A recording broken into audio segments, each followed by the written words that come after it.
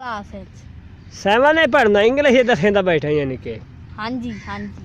हाँ भाई मोटरसाइकिल की स्पेलिंग बताओ क्या है मोटरसाइकिल की स्पेलिंग इंग्लिश। छिका छिका 2 छिका 12 3 छिका 18 4 छिक 24 5 छिक 30 6 छिक 36 7 छिक 42 8 छिक 48 9 छिक 54 10 छिक 60 10 छिक 60 होंदा है। हाँ जी।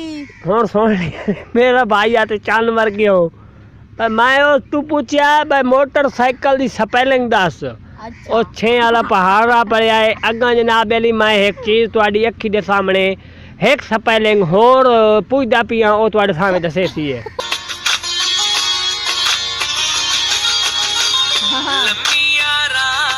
ए आप ऐसे करो 3 वाला जो पहाड़ है ना हाँ। वो सुनवाओ किस तरीके पढ़ते हो स्कूल में। 1 3 3 2 3 3 3 हाँ भाई ट्रैक्टर की स्पेलिंग बताओ ट्रैक्टर की।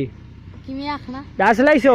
हाँ 10 लिखा था लगे नहीं हमदा अमदी है सुनाओ। 1 11 11 2 11 22 3 11 33 4 11 44 5 11 55 6 11 60 60 11 77 8 11 78 9 11 99 10 11 110 आए 11 वाला और पहाड़ बात सुन लिया ने पर मैं ओनु आ गया है ट्रैक्टर दी स्पेलिंग 10 जने जरूर आमदी है आगे नहीं पढ़दे और 11 वाला पहाड़ा सुना।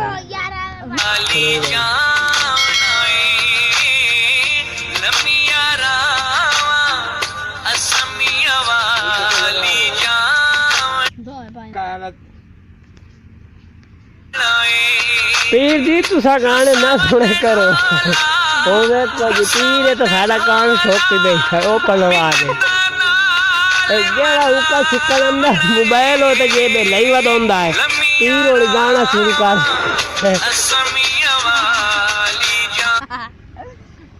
हाँ भाई तई तोड़ मैं पूछना है।